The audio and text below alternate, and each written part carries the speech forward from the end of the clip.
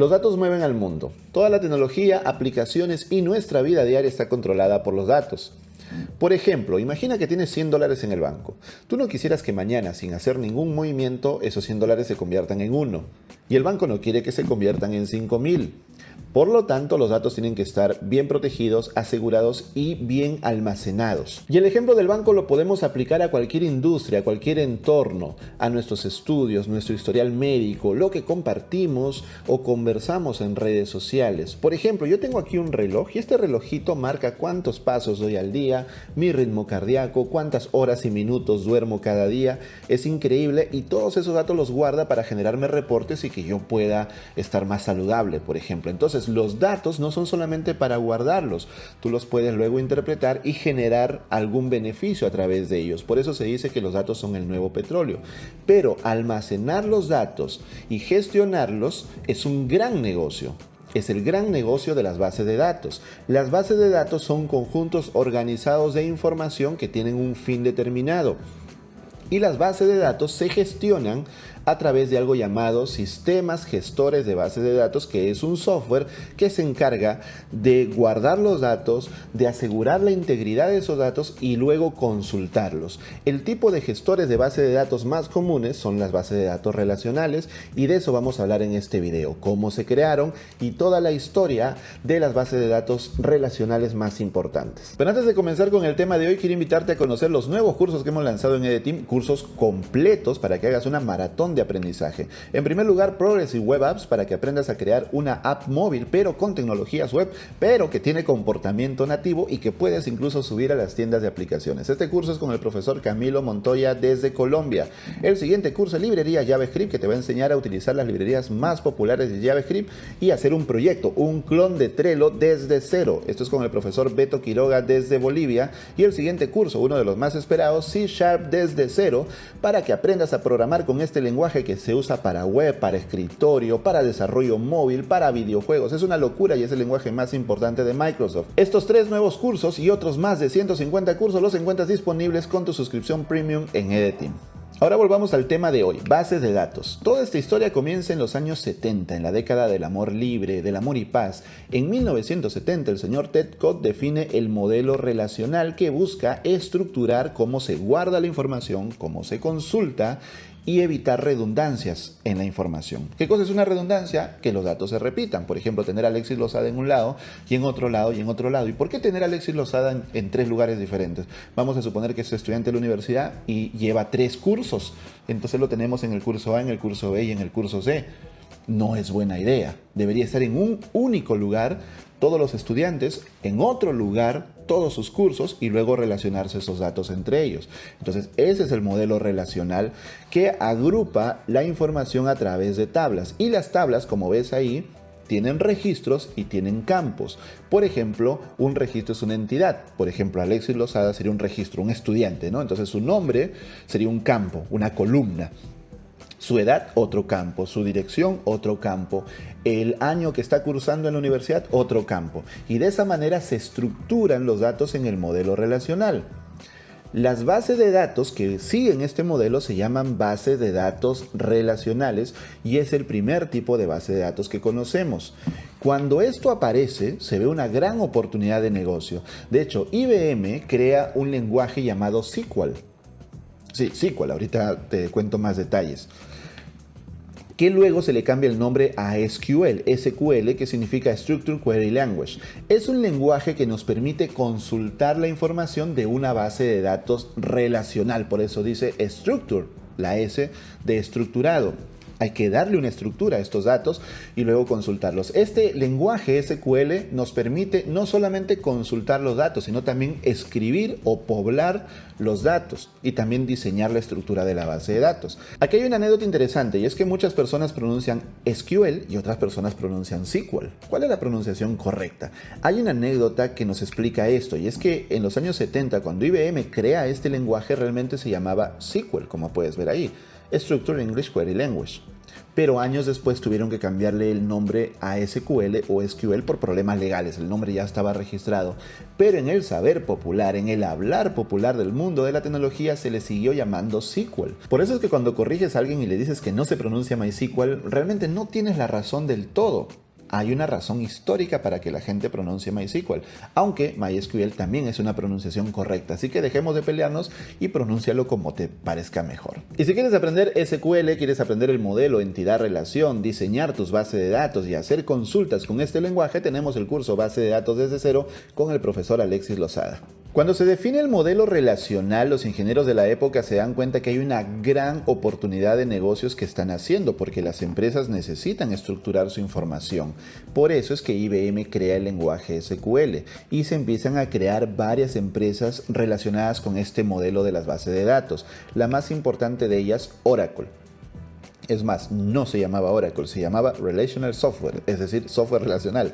El mismo nombre de la empresa estaba inspirado en este modelo, para que te hagas una idea de lo importante que era en esa época. Ellos crean en 1977 Oracle, que sería oráculo en español, como ver el futuro, que es la primera base de datos relacional, o bueno, para ser específicos, el primer sistema gestor de base de datos relacionales. Recuerda que base de datos es la información y sistema gestor es el software que gestiona. Y dentro del sistema gestor está el motor, que es el núcleo del sistema gestor que se encarga de escribir y recuperar la información.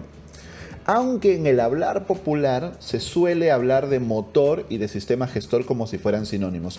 No son sinónimos, pero cuando dicen motor a veces pues es normal entender como sinónimos. Tenlo en cuenta, ¿ok? Bueno, Oracle es el primer sistema gestor de base de datos. Es muy largo decirlo así. Voy a decir base de datos si tú me entiendes. ¿Ya? El primer sistema de base de datos relacional comercial del mundo. Se le adelantó incluso a IBM, que había creado SQL, pero se quedó atrás porque no pudo definirlo bien. Entonces Oracle fue el primero. Y hasta ahora es una de las empresas más importantes del mundo. Es la segunda empresa desarrolladora de software con mayor valuación. Desarrolladora de software porque ellos se encargan de desarrollar soluciones para empresas. Oracle es para el mundo corporativo. No solamente se encarga de hacer base de datos. Hoy en día hace cloud computing, hace machine learning, como toda empresa decente a ese nivel, ¿cierto? Hace soluciones con blockchain, etcétera. Tiene sus propias certificaciones en Oracle, así que estar certificado en Oracle también te da trabajo. Luego vamos a volver a hablar de Oracle porque Oracle compra Sun Microsystems y en el paquete le vienen varias cosas interesantes, pero eso es para después. Ahora pasemos a los años 80, los años de la computadora personal, los años en que se jalan de los pelos Bill Gates y Steve Jobs porque fue la guerra entre ellos dos. Y en estos años Steve Jobs se va de Apple y deja en el trono a Bill Gates, en el trono de la computación personal, y Microsoft lanza su respuesta a Oracle en el año 1989. Llamada SQL Server. SQL Server, así como Oracle, es una base de datos pensada en empresas. No está pensada en el usuario final, no está pensada en que tú crees tu base de datos ahí en tu máquina, aunque luego también sacaron una versión Express, que es una versión gratis, limitada, pero que tú puedes utilizarla para hacer algunas pruebas o algunos proyectos pequeños. Pero SQL Server está pensado en empresas y a competir directamente con Oracle. Y hoy por hoy SQL Server es la base de datos o el sistema de base de datos más usado en el mundo corporativo, por encima incluso de Oracle. SQL Server ha sido siempre parte de Windows, es decir, funciona en Windows, no funciona en Linux. Ya sabes toda la historia de Microsoft versus Linux. De hecho, tenemos un video que te cuenta esa historia y te cuenta cómo después de tanto odio terminaron enamorándose, así que también te vas a ver ese video. ¿A qué quiero llegar? A que en el año, por acá tengo el apunte, perdónenme, ¿dónde está mi apunte? 2016. Desde el año 2016, SQL Server ya corre en Linux y desde 2017 ya se puede instalar en Docker, en contenedores, para que lo uses en cualquier proyecto. Así que SQL Server es una gran elección, pero es comercial y sus licencias pueden ser un poco elevadas. Pero ten en cuenta que las licencias comerciales vienen con soporte, mientras que el open source, el soporte te lo tienes que dar tú mismo leyendo en foros, en comunidades.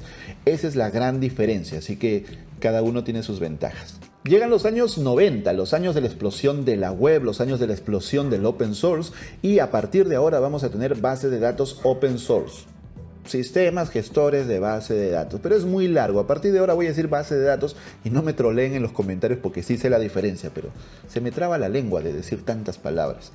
Vamos a tener bases de datos open source a partir de esta década, porque antes teníamos pues sistemas privativos, sistemas corporativos. El primero de ellos es MySQL, que aparece en 1995, y lo más importante de este sistema en su época es que se integra muy bien con PHP, y como PHP es el lenguaje más importante de la web, también MySQL va a ser la base de datos más importante en el mundo web. Sus características es que es fácil para comenzar, una curva de aprendizaje sencilla, muy rápido en sus consultas, entonces no requiere configurar demasiadas cosas, es muy sencillo de utilizar. Y así como PHP, que también tenía esa ventaja de ser muy sencillo de utilizar, tal vez no era el lenguaje más puro, no es el lenguaje preferido de los puristas, igual MySQL no es el preferido de los puristas porque no cumple con ciertos estándares. Por ejemplo, JavaScript ha sido uno de los lenguajes más criticados también por los puristas año tras año, y aún así es el lenguaje más usado en el mundo. Así que una cosa no necesariamente tiene que ver con la otra. Una cosa peculiar de MySQL es que al día de hoy tiene dos licencias, una licencia open source y una licencia privativa, al día de hoy. ¿Sabes por qué? Porque Sun Microsystems compró la empresa desarrolladora de MySQL, y en el año 2009 Oracle compró a Sun Microsystems, con lo cual MySQL pasó a ser propiedad de Oracle. Y toda la comunidad de desarrolladores se jaló los pelos, le dio miedo, porque si hay una empresa tan temida como Microsoft, es Oracle.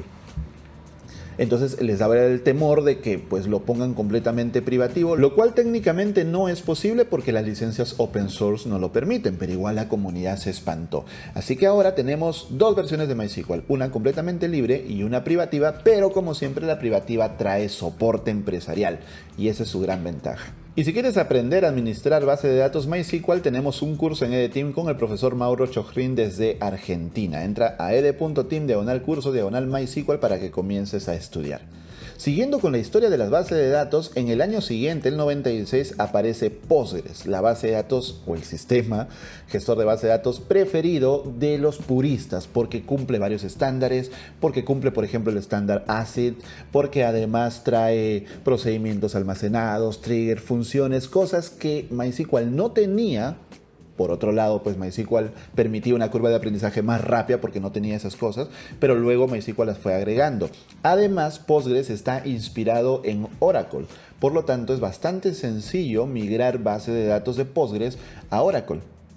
Y eso hace que sea una base de datos más poderosa y, repito, preferida por quienes buscan más consistencia en los datos. Y si quieres aprender Postgres o PostgreSQL, que es su nombre completo, tenemos un curso en EDTeam con el profesor Alexis Lozada que te enseña desde cero, desde las bases de este sistema de base de datos hasta crear tu primer proyecto, que es un proyecto de facturación con Postgres. Y siguiendo con la historia de las bases de datos relacionales, llegamos a los años 2000, la década de las redes sociales, la década de los buscadores, de los smartphones, y en esta década aparecen dos bases de datos importantes. Recuerden que estamos hablando de las más usadas en el mundo, porque hay muchas más aparte de estas. En el año 2000 aparece SQLite y su mismo nombre nos dice algo interesante, light, es decir, más ligera, más pequeña, para usos tal vez más específicos. Tiene una gran peculiaridad y es que no usa la arquitectura de cliente-servidor. Esta arquitectura significa que hay un cliente que hace la petición a la base de datos, que es otra máquina diferente, un servidor, y ese servidor devuelve la información que se ha consultado, cliente y servidor. Entonces, la aplicación está en un cliente, el servidor está por otro lado, y así se hacen las consultas a la base de datos. En cambio, SQLite no usa esa arquitectura. Guarda los datos en archivos que están dentro del mismo programa, dentro de la misma aplicación. Es un paradigma diferente. Entonces es base de datos en archivos. Y entonces, ¿para qué quisieras tú guardar los datos dentro del mismo programa? El uso más común de SQLite son las aplicaciones móviles. Si bien es cierto que en una aplicación móvil lo más común es conectarte a un servicio web o a una API para de ahí traerte los datos, muchas veces o casi siempre vas a necesitar guardar información en el teléfono, ya sea para trabajar en modo offline o guardar alguna información importante que tú necesites para que la aplicación funcione. Entonces ahí usas SQLite para desarrollo móvil. Tiene otras aplicaciones, tiene una versión open source y también tiene una versión de pago que, como tú ya sabes, incluye soporte. Y como te comenté hace un momento, en el año 2009 Oracle compra a Sun Microsystems, una de las empresas más importantes de desarrollo de software, pero que lamentablemente fue perdiendo fuerza hasta que Oracle la compró. Y en el paquete de compra les vino MySQL, la base de datos open source más importante o más usada del mundo. Como te imaginarás, a la comunidad open source esto les cayó muy mal, no les gustó, se preocuparon porque Oracle nunca ha creado open source y el miedo era que lo vuelva privativo. Si bien es cierto, esto no es posible porque las licencias lo prohíben, pero uno nunca sabe con estas corporaciones gigantescas, así que ellos dijeron, vamos a salvar a MySQL y vamos a crear un fork. Un fork es un proyecto derivado que nace a partir de otro. Entonces vamos a crear un fork de MySQL, como es open source, la licencia permite crear proyectos derivados y a este proyecto le llamaron MariaDB. MariaDB prácticamente es un MySQL 100% libre. Tiene algunas mejoras, obviamente, pero en esencia es un MySQL completamente open source, es 100% compatible con MySQL, así que cualquier cosa que tú hagas con MySQL la puedes tranquilamente hacer acá. Si tienes un sistema o aplicación corriendo sobre MySQL, puedes migrarlo tranquilamente a MariaDB. Si eres un idealista y crees que todo debe ser completamente open source, ya es cosa tuya. Obviamente ofrece algunas mejoras de rendimiento frente a MySQL, pero tampoco son tan espectaculares. Una anécdota es que los creadores de MySQL participan en la creación de MariaDB, para que veas la importancia que le dieron a este proyecto. Y para que veas la importancia de este proyecto, aquí te muestro un ranking de las bases de datos o de los sistemas gestores de bases de datos, qué largo ese nombre, más usados en el mundo, RDBMS en inglés, ¿no? Relational Database Management System. Qué largo, Dios. Me enferma. Pero las más usadas en el mundo. Y mira qué importante, MySQL en primer lugar, Postgres en segundo, SQL Server en tercero, SQLite en cuarto, MariaDB en quinto. Mira, por encima de Oracle. Qué interesante esto, Oracle en sexto. Sin embargo, Oracle es dueño de MySQL, así que al final de cuentas son los amos y señores del universo, del mundo de las bases de datos. Cosas curiosas. La fuente es Stackshare, una página web muy interesante donde tú puedes entrar e investigar sobre las tecnologías que usan las empresas. Esto no es publicidad, simplemente es un tip que te doy para que conozcas un poco más del mundo de la tecnología. Entonces, eso ha sido todo por este video. Acá tienes una infografía que es el sello de la casa en EDTeam, donde te contamos en resumido este tema de las bases de datos relacionales. Seguramente pronto haremos otro video enfocado en las bases de datos no relacionales que va a ser muy interesante. Yo soy Álvaro Felipe, espero que como siempre este video te haya gustado, te haya aportado más a tu conocimiento, a tu desarrollo personal. Acá hay muchas horas de trabajo en la investigación, en los slides que tú ves, en la edición del video, en la misma grabación del video. Hay mucho trabajo completamente gratis para ustedes. Así que si te ha gustado, ayúdanos compartiendo este video, suscríbete también y visítanos en ed.team para que estudies tecnología, diseño y negocios. Si lo tuyo es la tecnología, por supuesto que sí, por eso estás viendo un video de base de datos, entra a EDTeam para dominarla. Nos vemos en una próxima oportunidad. Chao.